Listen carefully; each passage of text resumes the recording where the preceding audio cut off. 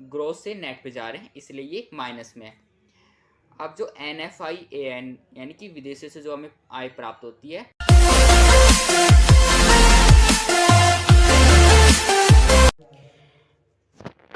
Friends आज हम national income के न्यूमेरिकल्स करते हैं। मैंने नेशनल इनकम की जो थ्योरी वाली वीडियो है वो बना रखी है। अगर आपको वो वीडियो नहीं मिली है, आपने नहीं देखी है, तो उसका लिंक डिस्क्रिप्शन में है। तो चलिए आज हम न्यूमेरिकल्स करते हैं। काफ़ी बच्चों को कन्फ्यूज है कि न्यूमेरिकल्स कैसे होते हैं, हमें न्यूमेरिकल में प्रॉब्लम है। तो देखिए एग्ज़ाम में ये 5 नंबर का आता है, तो आपको 5 नंबर फ्री के मिलेंगे। हाँ, क्योंकि ये जो न्यूमेरिकल्स है वो बिल्कुल ही आसान है। आपको कुछ नहीं करना, बस जो वैल्यू दी होती है फॉर्मूला लगा कर उसमें वैल्यू पुट करनी है और आपका न्यूमेरिकल्स निकल जाएगा, मतलब आंसर निकल जाएगा। तो ये मैंने कुछ फॉर्मूले लिखे हैं, ये तीनों के हैं। जो वैल्यू एडेड मेथड है उसका ये फॉर्मूला है, आप देख लीजिए इसे। हम इसी के आधार पर आगे क्वेश्चन करेंगे। जो इनकम मेथड है उसका फॉर्मूला ये है, और जो एक्सपेंडिचर मेथड है उसका भी फॉर्मूला सेम वही है। यानी कि जो वैल्यू एडेड मेथड है और एक्सपेंडिचर मेथड है ये दोनों सेम है लगभग, यानी कि दोनों के जो फॉर्मूले हैं वो सेम है। बस जो इनकम मेथड है उसका फॉर्मूला अलग है, उसका फॉर्मूला बिल्कुल सिंपल है। जो नेशनल इनकम है इसका फॉर्मूला सिंपल है। तो मैं इस वीडियो में सबसे पहले नेशनल इनकम की जो इनकम मेथड है यानी कि आय विधि है, इससे मैं न्यूमेरिकल्स करवाऊंगा इस वीडियो में। ये पार्ट फर्स्ट है।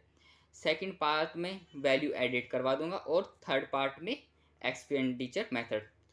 तो इनकम मेथड से देखिए पहले न्यूमेरिकल्स। एक क्वेश्चन लिया है मैंने, find national income by income method. तो आय विधि से राष्ट्रीय आय की गणना कीजिए, ये क्वेश्चन है। एक बात सुन लीजिए, अगर आप इंग्लिश मीडियम के स्टूडेंट है तो ये वाला मैं क्वेश्चन करवा रहा हूँ। अगर आप हिंदी मीडियम के स्टूडेंट है तो मैं एक हिंदी मीडियम का क्वेश्चन भी करवाऊँगा। तो इस वीडियो में मैं 2 क्वेश्चन करवाऊँगा आपको, पहला इंग्लिश में और दूसरा हिंदी में, यानी कि दोनों स्टूडेंट्स के लिए। तो दोनों स्टूडेंट्स ये वीडियो देख सकते हैं। वीडियो को लास्ट तक देखिए क्योंकि आपके 5 नंबर यहीं से पक्के होने वाले हैं। तो इसमें हमें वैल्यू देख रखी है, देखिए क्या क्या देख रहे हैं। सबसे पहले आप वैल्यू पढ़िए शांत होकर।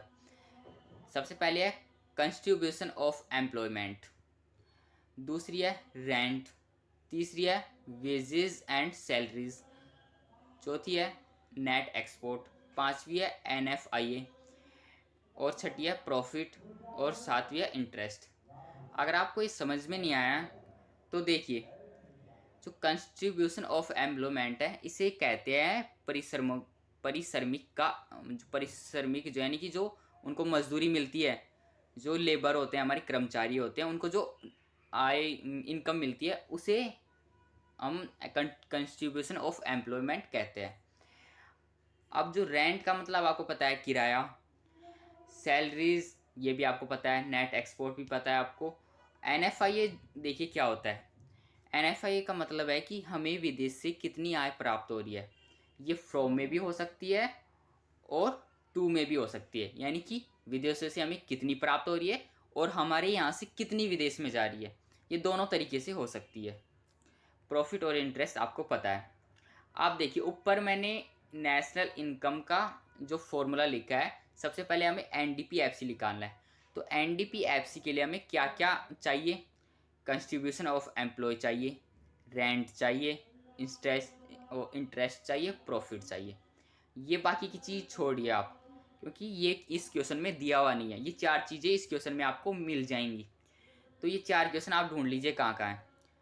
कंट्रीब्यूशन ऑफ एम्प्लॉयमेंट है, रेंट भी है हमारे पास, और प्रॉफिट है, इंटरेस्ट है। ये 4 चीज़ें पहले ढूंढ लीजिए। आपको एक चीज़ ध्यान रखनी है, कोई भी क्वेश्चन आ जाए उसमें अगर NFIA दिया हुआ है तो उसे आप पहले छोड़ दीजिए, मैं बाद में बताऊंगा इसका क्या करना है। तो सबसे पहले आप कंट्रीब्यूशन ऑफ एम्प्लॉयमेंट लीजिए, यानी कि अगर हमें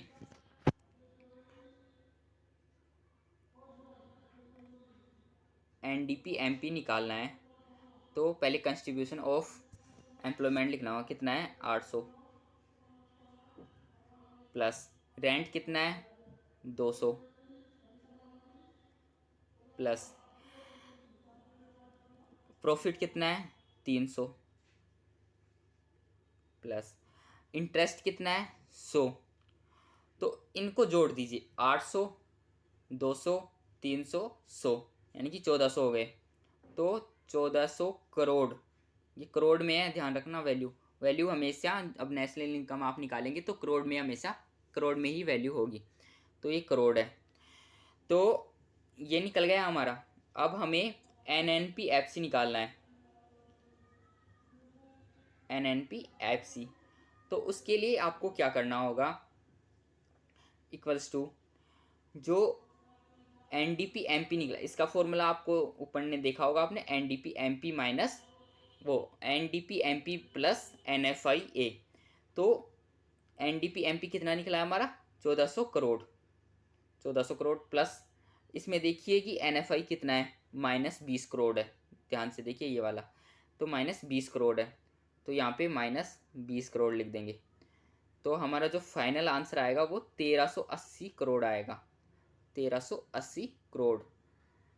तो ये हमारा इसमें आंसर आ गया। ये बिल्कुल सिंपल है, बस आपको वैल्यू उठानी है और लगानी है उस वैल्यू, और आपका आंसर आ जाएगा। तो देखिए पहला हमारा क्वेश्चन आ गया, आप इसकी स्क्रीनशॉट ले सकते हैं। और जो मैंने ये क्वेश्चन सोल्व किया है, इसको आपको दोबारा करना है सोल्व। अब आप हिंदी मीडियम में क्वेश्चन देखिए, हिंदी मीडियम में कैसे आता है, इंग्लिश और हिंदी दोनों में आएगा, इंग्लिश में मैंने सोल्व करवा दिया है, अब इंग्लिश हिंदी में देखिए। अब इसमें क्या दे रखा है, मजदूरी, वही जो हमने ऊपर कंस्टिट्यूशन ऑफ एम्प्लॉयमेंट लिखा था उसे COE भी कहते हैं। तो मजदूरी वही है, तो मजदूरी इसमें दे रखी है, लगान इसमें दे रखा है, ब्याज इसमें दे रखा है, लाभांश, लाभांश आपको समझ में नहीं आया तो उसे इंटरेस्ट वो प्रॉफिट कहते हैं, प्रॉफिट। मिश्रित आय देख रखी है, मिश्रित इनकम देख रखी है, अवतरित आय, सामाजिक सुरक्षा अंशदान, निगम कर। तो अब आपको क्या करना है, सिंपल यहाँ से लेकर यहाँ तक सबको प्लस कर देना है आपको, प्लस यहाँ से लेकर यहाँ तक आपको प्लस कर देना है। केवल इसको छोड़ देना है, विदेशों से प्राप्त कारक आय, क्योंकि ये NFI-A है, यानी कि वो नेट फैक्टर इनकम एब्रोड, ये विदेशों से प्राप्त शुद्ध कारक आय है, इसको आपको छोड़ देना है और इन सबको प्लस कर देना है। देखिए प्लस कीजिए, प्लस करने के लिए हमें क्या करना होगा, सबसे पहले हमें वही NDP-MP निकालना होगा, यहाँ निकाल रहा हूँ मैं, देखिए NDP-MP। तो NDP-MP equals two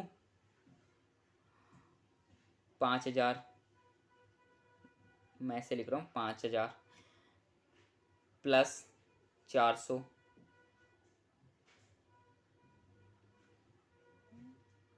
plus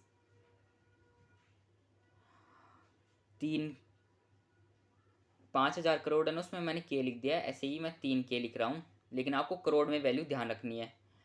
plus 400 लिख दो वापस, फिर आपको प्लस करना है, फिर आपको ये, फिर आपको 200 लिख देना है, फिर आपको वापस 400 लिखना है, फिर आपको 400 लिखना है।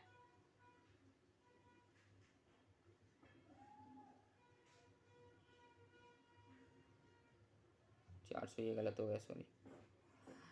तो अब इसे जोड़ लीजिए, 5000 3000 8000, 5000 3000 8000, ओ सॉरी 10,000 तो मैंने जोड़ा नहीं है, तो इसमें 10,000 भी नीचे जोड़ दीजिए आप, 10,000। तो अब देखिए आप, जो ये सब टोटल आया है वो इसको टोटल कीजिए, 10,000 5,000 15,000 3,000 18,000 18,800 और 200 19,000 19,400 और 400, यानी कि 19,800। यहाँ पे हमारे पास 19,800 आ गया है, करोड़ में वैल्यू है ये 19,800। अब हमें NNPFC निकालना है, तो उसका फॉर्मूला वही है NDP-MP प्लस NFI-A। तो 1900 19,800 में आपको, सॉरी, इसके स्क्रीनशॉट ले लीजिए आप, और आप देखिए जो 19,800 है उसमें प्लस करना है आपको 1,000, तो जो हमारा फाइनल आंसर आएगा वो 20,800 आएगा, 800 करोड़, यानी कि दोबारा लिखता हूँ मैं, जो 19,800 है उसमें 1,000 प्लस करना है, जो फाइनल आंसर आएगा वो 20,800 आ जाएगा। 800 करोड़, करोड़ आपको लिखना है, तो ये आंसर आ जाएगा।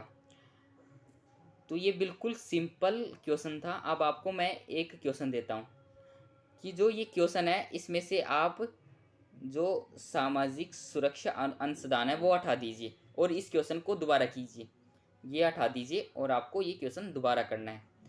तो आई होप ये क्वेश्चन आपको समझ में आ गया होगा। नेक्स्ट वीडियो में वैल्यू एडेड मेथड और उसके जो नेक्स्ट से थर्ड पार्ट आएगा उसमें हम एक्सपेंडिचर मेथड के बारे में बात करेंगे। तीनों बिल्कुल सिंपल है, जैसे ये मेथड हुआ है वैसे ही वो भी हो जाएंगे। ये जो पेज है ये आपको पढ़ लेना है क्योंकि इसमें सारे फॉर्मूले रखे हुए हैं, क्योंकि आपको फॉर्मूले ही अगर याद होंगे तो आप वैल्यू रख देंगे। तो मिलते हैं नेक्स्ट वीडियो में, तब तक के लिए बाय। वीडियो पसंद आए तो वीडियो को लाइक कीजिए।